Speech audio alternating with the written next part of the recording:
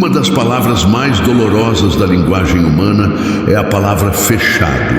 Provérbios 13:12 diz: a esperança adiada adoece o coração. Em 1976, Jerry Garcia cantou uma música que capta os sentimentos da porta fechada e do fim de um sonho.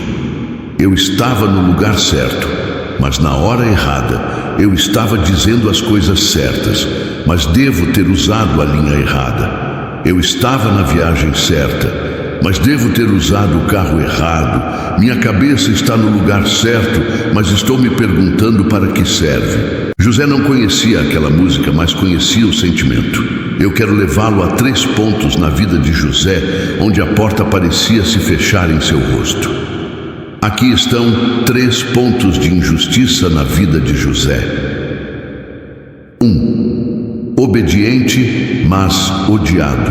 A primeira é quando ele era adolescente. Várias semanas atrás, vimos que, apesar de ter crescido em uma família terrivelmente disfuncional, José andou com o Senhor, tanto que Deus revelou a ele uma parte do futuro que ele havia planejado para ele. Gênesis 37 também nos diz que o pai de José o honrou, concedendo-lhe a primogenitura da família, embora ele não fosse o filho primogênito, o que o tornava o administrador da casa sob seu pai e isento do trabalho diário. Todas as portas lhe pareciam escancaradas, até que um dia seus irmãos agiram com ódio e o venderam como escravo. José tinha feito as coisas certas. Ele tinha sido obediente a Deus e seu pai, mas isso lhe custou sua casa e sua herança. 2. Honrado, mas caluniado. Avançamos agora para outro ponto em sua vida, 11 anos depois, quando honrado, mas caluniado. Ele é um escravo jovem adulto de 28 anos, trabalhando na casa de um alto funcionário da corte egípcia chamado Potifar. Em algum momento, José decidiu que se a vida lhe dá limões, você faz limonada. Assim como relata Gênesis 39, ele honrou o Senhor e trabalhou arduamente. Ele servia a Potifar com integridade e diligência, e quando surgia a oportunidade, falava com Potifar sobre Jeová Deus. O Senhor estava com José e abençoou tudo o que ele supervisionou. Potifar percebeu isso e o promoveu ao mais alto cargo de sua casa. E sentimos a justeza disso para José.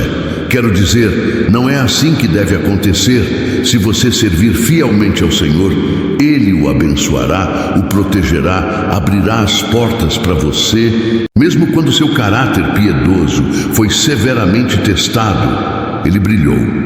Como vemos na história da mulher de Potifar, estabeleceu como meta fazer de José sua última conquista. A Bíblia nos diz que a imoralidade se apoderou de tal mulher que ela seduzia José para que fosse para a cama com ela. Dada a sua ousadia descarada, pode-se imaginar que, com o passar dos dias, ela foi ficando mais ousada em suas seduções. Finalmente, quando nenhuma dessas táticas funcionou, ela providenciou para que a casa fosse desocupada, exceto para ela e para o homem que ela desejava. O desavisado José foi direto para sua armadilha. Ela correu para ele vestindo o que só podemos imaginar e o agarrou, presumivelmente para arrastá-lo para sua cama se pudesse. José, no entanto, escolheu obedecer ao Senhor. Ele se livrou de seu aperto tão rapidamente que deixou sua túnica nas mãos dela, enquanto corria para fora da casa para fugir da tentação.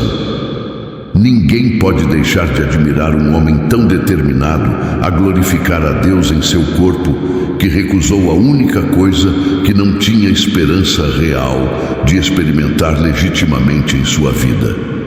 Mas observe o que acontece com ele em Gênesis 39, 13, 20. E aconteceu que, vendo ela que deixara a sua roupa em sua mão e fugira para fora, chamou aos homens de sua casa e falou-lhes, dizendo: Vede, meu marido trouxe-nos um homem hebreu para escarnecer de nós.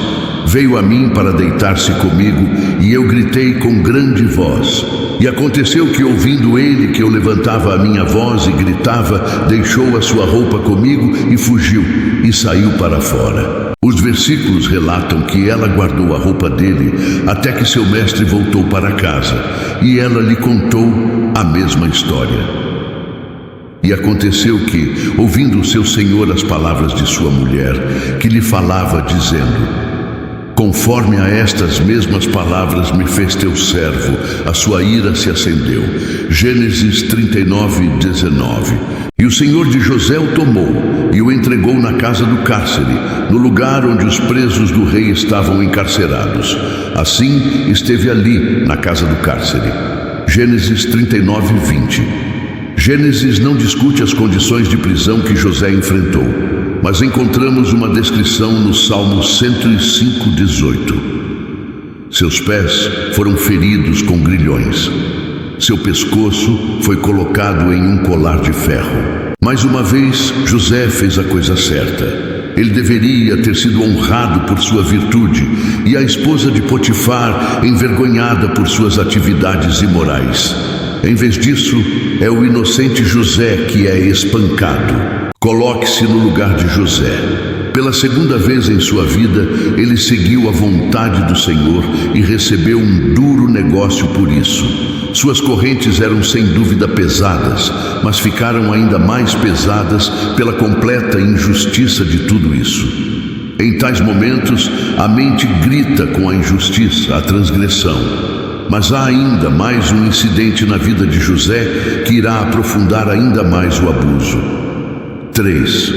Usado por Deus, mas esquecido. Vem algum tempo depois que José foi usado por Deus, mas depois foi esquecido. Gênesis 39 termina nos dizendo que Deus estava naquela prisão com José. Os versículos 21-22 nos dizem que o carcereiro colocou José no comando dos outros prisioneiros.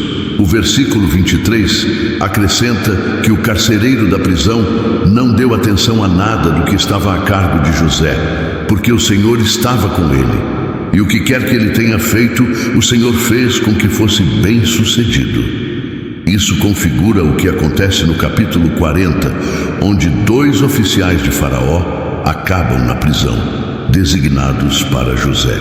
A Bíblia relata que algum tempo depois, esses 2 homens tiveram uma noite intermitente de sonhos que os perturbou na manhã seguinte. José percebeu isso quando os encontrou e perguntou por quê. Quando ele ouviu que ambos tiveram sonhos que eles não sabiam o significado, José disse no versículo 8: as interpretações não pertencem a Deus?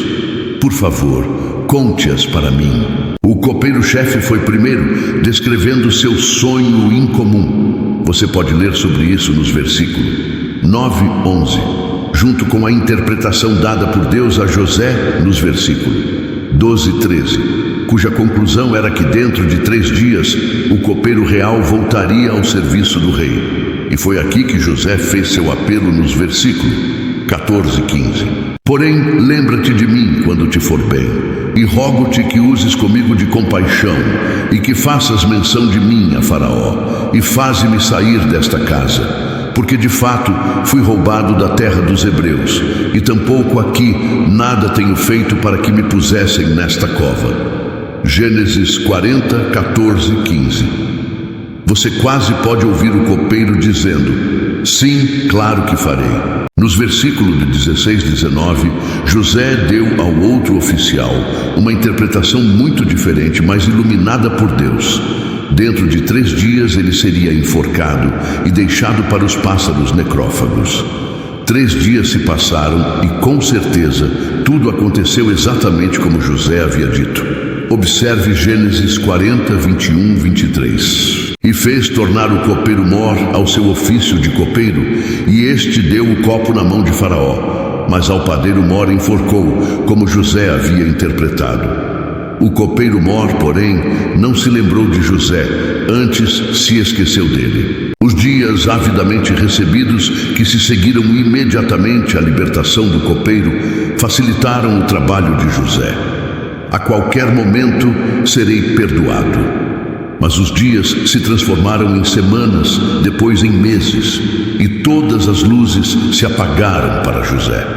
F.B. Meyer coloca nossas perguntas na mente de José enquanto a dura realidade de sua situação se instala em sua psique. Será útil então ser bom? Poderia haver alguma verdade no que meu pai me ensinou sobre o bem vir para o bem e o mal para o mal? Existe um Deus que julgue com justiça na terra? E então Meyer nos fala: vocês que foram incompreendidos, que plantaram sementes de santidade e amor para colher nada além de desapontamento, perda, sofrimento e ódio, vocês sabem algo do que José sentiu naquele buraco miserável da masmorra. Mas a intensidade das perdas de José aumenta com mais um elemento: o tempo.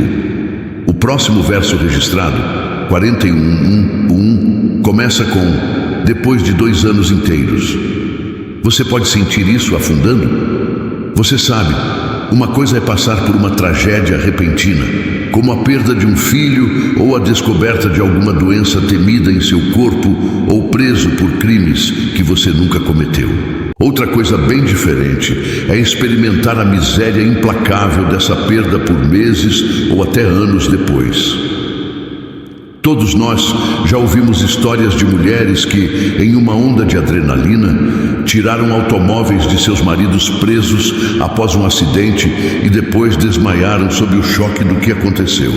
Há uma contrapartida espiritual para este fenômeno físico. No momento atordoado da tragédia, muitos cristãos exibem a graça de sustentar o fardo com fé genuína, mas mais tarde, sob a implacável sequência de cadeiras vazias à mesa ou dor crônica, o cristão desmaia em soluços de desânimo perplexo. Como José suportou isso sem perder a fé em Deus? Como evitou a conclusão de que Deus não estava brincando com ele, aumentando suas esperanças apenas para esmagá-las? E como ele evitou se tornar um homem amargo, vingativo e raivoso ao enfrentar a perspectiva de morrer em uma masmorra em um país estrangeiro? Fé inabalável quando tudo dá errado. Mantenha a convicção de que Deus reina sobre todos os detalhes de sua vida, do maior ao menor. É incrível que o meio mais comum que as pessoas usam hoje em dia para resolver o mistério do sofrimento nunca ocorreu a José, Jó ou Paulo. Pessoas que sofreram muito por causa de sua fé nunca disseram que Deus não controla tudo. Mas hoje em dia, quando há tragédias ou injustiças, muitos tendem a pensar assim primeiro: Deus não poderia ter desejado aquela doença, ou aquela explosão, ou aquele naufrágio. Criamos cláusulas de isenção que achamos que protegem Deus quando coisas difíceis acontecem. Em todas as experiências de José, não há indicação de que ele tenha seguido essa linha de pensamento. Em vez disso, pelo exemplo e pela palavra, ele manteve a convicção de que Deus reina. Eu já disse isso antes, mas a bandeira que paira sobre a vida de José é o versículo do NT de Paulo, que foi martirizado por sua fé. E sabemos que para aqueles que amam a Deus, todas as coisas cooperam para o bem, para aqueles que são chamados de acordo com o seu propósito. Romanos 8:28. Ouça, esse versículo não significa nada se Deus não estiver no controle absoluto sobre os eventos e detalhes de nossas vidas. Seu domínio sobre todos os detalhes da minha vida é a base da minha esperança, a garantia de que a justiça terá a última palavra e a promessa de que esta vida não pode ser comparada ao que Ele tem reservado para mim na próxima. Jó colocou assim em Jó 12:13-16. Com ele está a sabedoria e a força, conselho e entendimento tem. Eis que ele derruba, e ninguém há que edifique. Prende um homem, e ninguém há que o solte. Eis que ele retém as águas, e elas secam, e solta-as, e elas transtornam a terra. Com ele está a força e a sabedoria. Seu é o que erra e o que o faz errar. Descanse nisso, se apegue a isso. José fez, Davi fez, Isaías fez, Daniel fez. Este é o lugar de conforto, perseverança e esperança. Deixe-me dar-lhe uma solução para isso. Deixe que sua desilusão com as pessoas o leve à bondade e fidelidade do Senhor. Ao longo da vida curta, mas cheia de acontecimentos, de José, ele aprendeu bem esta verdade. As pessoas o decepcionarão, mas Deus nunca o decepcionará. Isaías 2:22 diz: pare de confiar no homem que tem apenas um fôlego em suas narinas. De que conta ele é? Qual é a maneira de Isaías dizer: por que depositar suas esperanças em uma criatura que só pode viver respirando uma vez? Se ele perder as próximas respirações, ele morre. Confie em Deus, que é o sopro eterno de quem todos os nossos pequenos sopros vêm. As pessoas vão falhar com você, desapontá-lo, deixá-lo pendurado para secar. Deixe que isso o conduza a Deus. Jeremias 17:5-8 nos mostra a diferença entre a pessoa que coloca sua esperança no que as pessoas podem fazer e a pessoa cuja confiança está no que Deus pode fazer. Assim diz o Senhor: maldito o homem que confia no homem e faz da carne a sua força, cujo coração se desvia do Senhor. Ele é como um arbusto no deserto e não verá nenhum bem chegar. Ele habitará nos lugares áridos do deserto, em uma terra de sal desabitada. Bem-aventurado o homem que confia no Senhor, cuja confiança é o Senhor.